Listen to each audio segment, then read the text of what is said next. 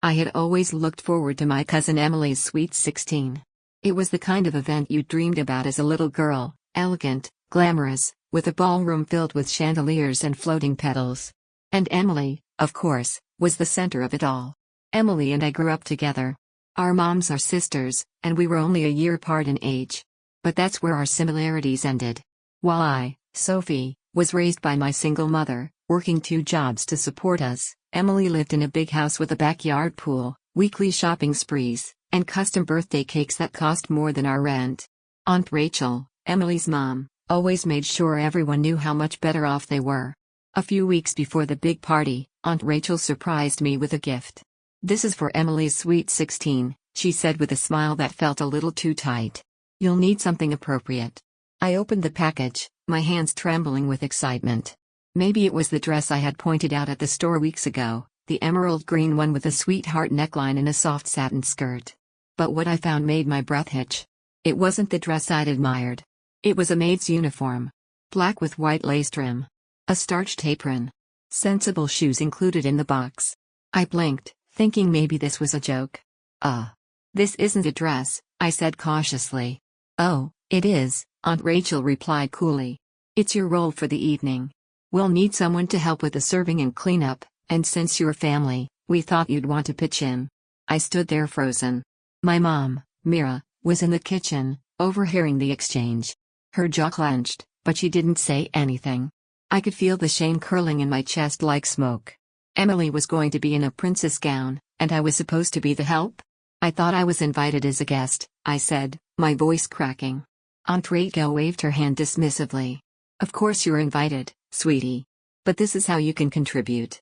You know how tight things have been for your mom. Think of it as helping out." I didn't respond. I couldn't. Later that night, I sat on the edge of my bed, staring at the uniform. It hung on my closet door like a silent insult. My mother came in and sat beside me, her hand resting on mine. "You don't have to wear it," she whispered. "We can say you're sick. We don't owe them anything." But I knew how much this meant to my mom.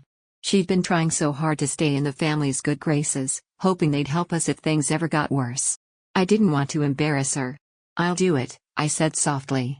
"Just this once." The day of the party arrived, and the house was transformed into a wonderland. Fairy lights, pink balloons, floral centerpieces, everything was perfect. Emily floated down the grand staircase in a glittering designer gown, her hair styled in soft curls. The guests clapped and took pictures. And then there was me. Standing by the kitchen door in the maid uniform, holding a tray of mini quiches. Some of the guests didn't recognize me. "Oh, you hired staff this year," one woman said to Aunt Rachel. She laughed and replied, "Just a little family help." Emily didn't even acknowledge me. Not once. She was surrounded by her friends, gushing about gifts and future college plans. I caught snippets of conversations. My dad's flying me to Paris next summer. My mom got me a car. "Do you see my TikTok hit 10K? I served drinks. I cleared plates. I smiled politely even when people spoke to me like I wasn't one of them. During a lull in the evening, I went outside for air. I leaned against the side of the house, the cool breeze brushing against my skin. That's when I heard the door open and Emily step out, laughing with a few of her friends. "She actually wore it?" One of the girls giggled. I thought she'd refuse. "She's desperate," Emily replied with a smirk. "She's always been jealous." This was just a little reminder of where she stands. I felt my stomach turn. The tray I'd been holding nearly slipped from my hands. I wasn't just helping out. I was the entertainment. The rest of the night blurred. I finished my duties with a mechanical smile, thanked Aunt Rachel at the end, and walked home with my mother in silence. She didn't say anything, but I saw the fire in her eyes. Something had shifted. When we got home, I peeled off the uniform and tossed it into a trash bag. My mom placed a hand on my shoulder and said, "You deserve better than this. And we're going to make sure you get it." I didn't know what that meant then. But it was the beginning. The morning after Emily's party, I woke up feeling like I'd been cracked open. The night kept replaying in my head, Emily's smirk, her friends' laughter, the way everyone looked right through me like I didn't belong. But my mom, Mira, had that determined look in her eyes. Over breakfast, she sat down across from me and said, "We're done playing small, Sophie. I've let them look down on us for too long." I stirred my cereal, not sure where she was going with this. I know how hard you've worked in school, she continued. Your grades, your writing, the awards they never asked about. They've been so busy flaunting their money that they never saw what you could really become. She stood up, walked to the cabinet, and pulled out a dusty folder. It was packed with printed scholarship listings, college application forms, and old essays I'd written, stuff I'd tucked away when things felt too out of reach. We're going to apply to every opportunity we can find, she said. I'm picking up extra shifts. You're going to get out of here. My throat tightened. Do you really think I can? She looked me straight in the eye. I know you can. That was the start of it. Every evening after dinner, we'd sit at the kitchen table, our tiny lamp lighting stacks of papers. We researched universities, wrote personal statements, and tracked deadlines on a whiteboard taped to the fridge. I started to believe, just a little, that I might actually have a shot. Meanwhile, Aunt Rachel's attitude didn't change. If anything, she doubled down. At family gatherings, she'd say things like, "College is so expensive these days. Not everyone can manage it, you know," while giving me a pointed look. Emily, now fully obsessed with her influencer lifestyle, barely acknowledged me at all. She had a new nose, extensions, and a sponsored post for protein bars by Christmas. But I stayed quiet. I worked. And then, one afternoon in early spring, something unexpected happened. I came home from school and found Mom sitting on the couch, holding an envelope with trembling hands.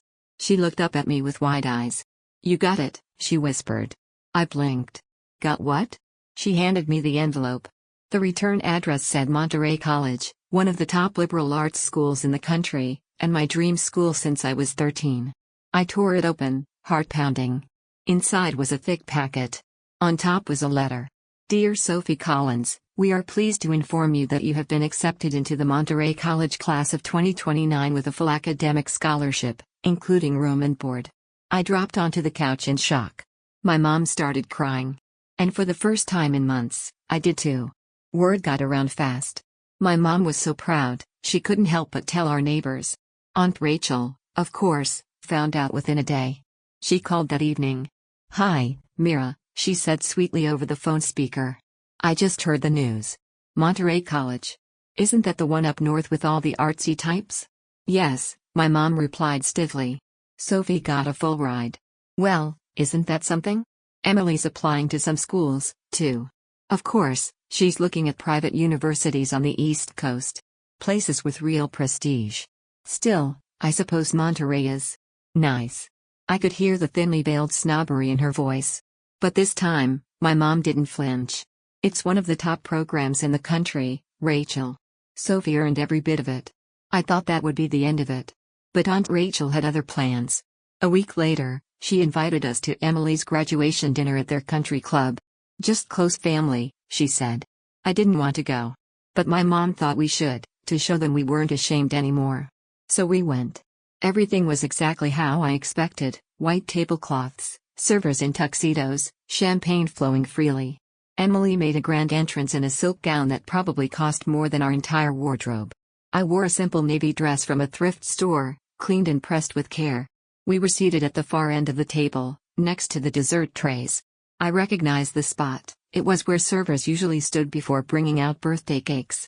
Midway through dinner, Aunt Rachel tapped her glass and stood to give a toast. "To my darling Emily," she began, "who's grown into such a poised, brilliant young woman. She'll be attending Brighton University this fall. We are so proud of her accomplishments, and of the journey she's taken." Everyone clapped politely. Then she added, with a glance in my direction, "Of course, we also want to acknowledge Sophie for her scholarship. A very honorable mention. Every family has its own little success stories." Little success stories. The word stung more than I expected. It wasn't just a backhanded compliment, it was a reminder that no matter what I did, I'd always be less than in her eyes. But I smiled, raised my glass, and stayed quiet. Because I had something Aunt Rachel didn't know. I wasn't finished yet. Later that night, as my mom and I walked out of the club, she turned to me and said, "You held your head high in there. I'm proud of you." I nodded. "They can have their country club. I've got bigger things ahead." She grinned. "That's my girl." And with that, we stepped out into the cool night, two women no longer ashamed of where we came from, or afraid of where we were going. The summer before college passed in a whirlwind of packing, paperwork, and final goodbyes. While my friends were planning beach trips and parties, I worked double shifts at a local bookstore, saving every penny for anything scholarships didn't cover. My mom, still juggling 2 jobs, never once complained. Every night, we would eat dinner together, exhausted but hopeful. Then, 2 weeks before I was supposed to leave for Monterey, a thick white envelope arrived in the mail. It wasn't from the school. It was from a law office. I opened it with trembling fingers. Inside was a neatly typed letter addressed to me. I skimmed it at first, not understanding, until I saw the name at the bottom. Franklin Ellis. My grandfather. The letter was a bombshell. Dear Sophie. If you're reading this, it's because I've passed. I know we haven't spoken in years, and that's mostly my fault. I allowed bitterness and pride to cloud my heart after your mother made choices I didn't agree with. But I've watched you grow from a distance. I kept every report card, every article, every award your mother sent me. You are everything this family should be proud of. I know I wasn't part of your life, but I'd like to leave you something, not because I think it'll fix the past, but because I believe in your future. I stopped reading.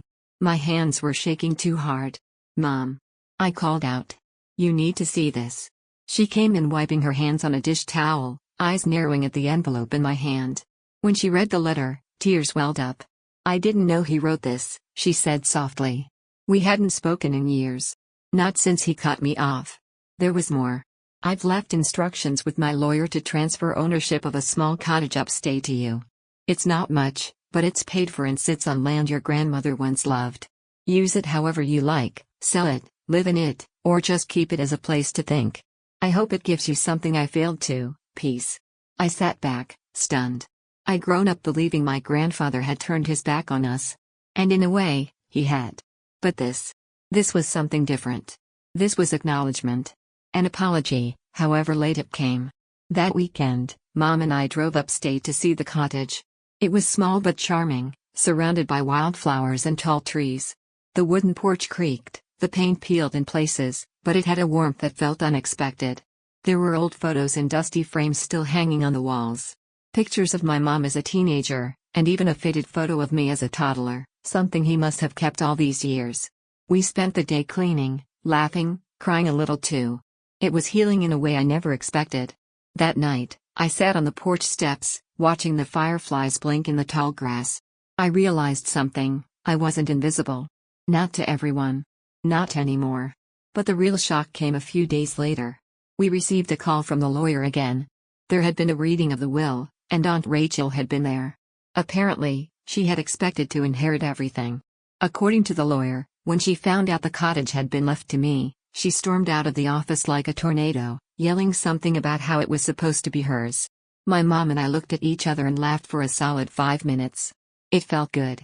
Like karma had finally punched back. But it didn't end there. A few days before I was set to leave for college, Aunt Rachel showed up at our door. She didn't even bother to greet us properly. She walked in like she owned the place, her heels clicking across our linoleum floor. This is outrageous, she said, her voice clipped. That house was supposed to go to me. I took care of Dad for years. You mean you let the house rot and forgot he even existed until you realized there might be something left for you? My mom shot back, folding her arms. Aunt Rachel glared at me. You're too young to manage property. You'll let it go to waste. Be smart and sign it over to me. I smiled, calm but firm. No. She blinked. Excuse me? I said no, I repeated. It was left to me. And I planned to keep it. Her mouth opened and closed like a fish. She wasn't used to being denied, especially not by the girl she once seated next to the trash bin. She left in a huff, muttering about family betrayal and entitled brats. But I didn't care. For once, I was standing on solid ground. The day I left for college, the whole neighborhood came out to see us off. Mr. Gomez from next door brought me a new backpack. Miss Patel gave me a little travel-size sewing kit just in case. My mom cried as she hugged me goodbye, but there was pride in her eyes. You've got this, baby, she whispered. Make us proud. I will, I said, choking back tears. I promise. As the bus pulled away, I looked out the window at the life I was leaving behind, and the woman who had built it for me, brick by brick, against every odd. I didn't know what waited at Monterey. But I knew who I was now. I wasn't the maid's daughter anymore. I was Sophie Collins. And I was just getting started. College was everything I hoped for and everything I feared, at the same time. Monterey State had a campus that looked like it belonged in a movie, and my dorm room had a window view of the coast. But it was also the first time I'd truly been on my own. There were nights I cried myself to sleep, overwhelmed by classes, homesickness, and the pressure to prove I deserved to be there. I called Mom every evening, just to hear her voice, and she always reminded me of who I was. "You're not just here for you," she'd say. "You're here for every single woman who was ever pushed to the corner and told to be quiet." Those words kept me going. I majored in English literature and started working part-time at the campus library. I loved being surrounded by stories, real and imagined. It gave me a sense of control, like I was writing my own life one chapter at a time. But just when I thought I was moving on from my past, it showed up again. One Tuesday morning, I received an email from my cousin Kayla, Aunt Rachel's daughter. We hadn't spoken since the infamous Thanksgiving dinner 2 years ago. "Hey Sophie. I know this is random, but I was wondering if you had a minute to talk. It's important." I almost deleted it. But curiosity got the better of me. We met up at a coffee shop near campus. She looked different, more mature, like life had humbled her a little. She ordered tea, I got black coffee, and for a moment, neither of us said anything. Then she blurted, "I'm sorry. For everything." I blinked. "What?" "I was horrible to you. We all were. That Thanksgiving." She looked down, ashamed. "It wasn't even about you. It was about my mom needing someone to take her anger out on. And you were the easiest target." I didn't know what to say. For years, I'd replayed that dinner over and over in my head, always as the outsider, always as the one left out. I never imagined anyone from that table would ever apologize. "Thank you," I finally said, "and I meant it." She nodded. "Look, I didn't just come to say sorry. I came to tell you something important, about my mom." I tensed.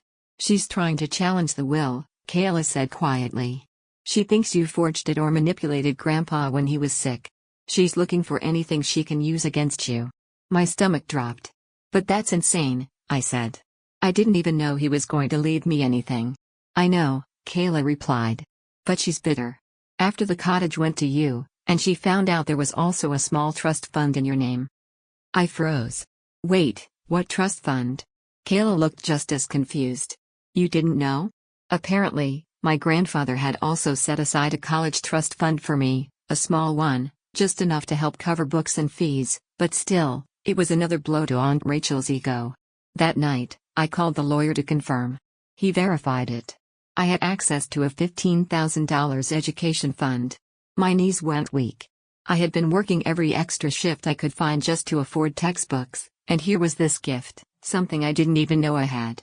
But more than the money, it was the realization that Grandpa had truly meant what he wrote in that letter. He hadn't just left me a house. He left me tools. Support. A chance. When I told Mom, she cried. "He came around in the end," she whispered. "Too late for me, maybe. But not for you." I used part of the trust to pay off my student fees that semester, and the rest I saved. I still kept my job at the library. I didn't want to forget what it meant to earn my own way. But Aunt Rachel wasn't finished. 2 weeks later, I received a court summons. She was officially contesting the will. It felt like a punch in the gut. Just when things were beginning to feel solid again, the ground shifted beneath me. The court date was set for December, during winter break. I flew home, nerves on edge, wondering if this was her way of forcing me to give up. But I wasn't the same girl she had tried to silence at that Thanksgiving table. I had grown into someone who could look her in the eye and not flinch. When we met in the courtroom, she barely glanced at me. She had brought a high-priced attorney and a scowl deep enough to curdle milk. But I wasn't alone. My mom was beside me, and so was the lawyer my grandfather had hired years ago, an older gentleman named Mr. Holland, who had a spine of steel and a quiet fire in his voice. Rachel tried to argue mental incompetence, that Grandpa had been unwell when he changed the will. But Mr. Holland presented dated documents, videos, and even a letter Grandpa had written to his doctor verifying his state of mind. When Kayla took the stand and testified, saying her mother had never cared for Grandpa, that she barely visited him, and only became interested in his estate after his health declined, it changed everything. In the end, the judge ruled in my favor. The cottage, the trust, and everything else Grandpa left me was legally mine. Afterward, Rachel stormed out again, just like she did in the lawyer's office. Only this time, no one followed her. As we walked out of the courthouse, I exhaled deeply, feeling a weight lift off my chest. "You did good," my mom said, squeezing my hand. "You stood your ground." I nodded. I had won, not just the case, but the right to exist on my own terms. After the court ruling, life didn't return to normal, it became something better. Quieter. Freer. For the first time, I wasn't living in reaction to what others thought of me. I had space to grow into myself. The cottage became more than just a house, it was my sanctuary. Each time I returned home for the holidays or a weekend escape from campus, I would breathe in the ocean air and feel my grandfather's quiet strength in the walls. I began to renovate it bit by bit, with help from Mom. We painted the shutters, replaced the creaky steps, and filled the porch with wildflowers. "You're turning this place into a real home," she'd say with pride in her eyes. I never told her that it already was one. For the first time in my life, I belonged somewhere, and that somewhere didn't depend on someone else's permission. Mom was doing better, too. With the stress of Rachel's looming shadow gone, she found time for herself. She joined a local writing group and even started tutoring students at the community center. "Turns out," she joked once, "your daughter's not the only one who's good with words." We both laughed, but I saw the way her eyes lit up. It was the kind of joy I hadn't seen in her in years. As for Aunt Rachel, we didn't hear from her for a long time. Kayla sent the occasional update. Apparently, her mother moved to Arizona, downsized her life, and refused to speak of the betrayal. Kayla, on the other hand, kept in touch with me. She was trying to break free of her mom's bitterness, and I admired her for it. "You're brave," I told her once. "Braver than I realized." "So are you," she replied. "You taught me that." Time passed. I graduated college with honors, standing tall in my cap and gown while Mom wiped away tears in the front row. Afterward, we went to a quiet dinner at a local bistro. Just the two of us. No drama.